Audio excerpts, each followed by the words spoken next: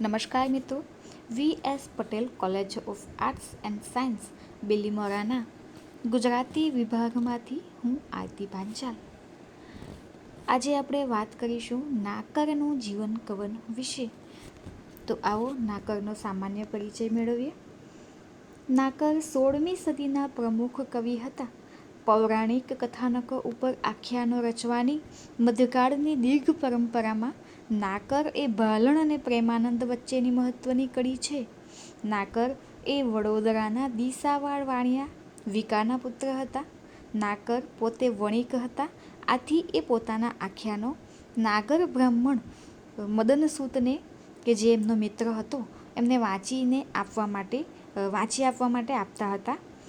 નાકરની કૃતિઓમાંથી એનું પરમાર્થ પારાયણ, સૌજન્યશીલ અને નમ્ર વ્યક્તિત્વ ઉપસી આવે છે.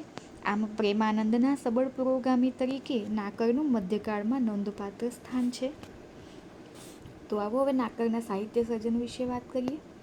નાકરે રામાયણ, મહાભારત, આદિ પર્વ, આરણ્યક પર્વ, વિરાટ પર્વ, ભીષ્મ પર્વ, શલ્ય પર્વ, ગદા પર્વ, સૌપ્તિક પર્વ અને સ્ત્રી પર્વ એમ 9 પર્વો લખ્યા હતા.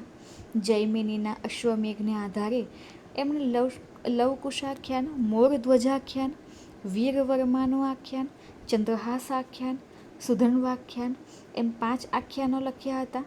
ઉપરાંત જુદા જુદા કથાનક ઉપરથી કર્ણ આખ્યાન, સગાળશા આખ્યાન, હરિશ્ચંદ્રાખ્યાન, ઓખાહરણ અને નળાખ્યાન જેવા આખ્યાનો લખ્યા હતા.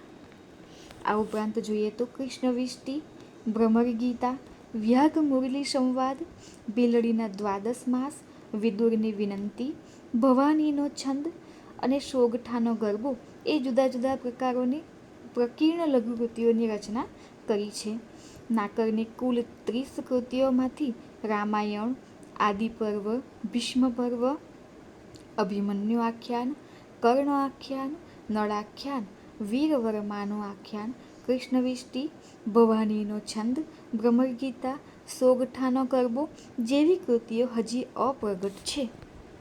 આમ મધ્યકાળમાં કવિ નાકરે પોતાના સાહિત્ય સર્જન દ્વારા એક સીમારૂપ સ્થાન બનાવ્યું છે, જે આજે પણ સૌ માટે માર્ગદર્શક રૂપ બની રહે છે. તો આજનો વિડીયો આપને ખૂબ જ મદદરૂપ થાય એવી આશા રાખું છું. Thank you so much.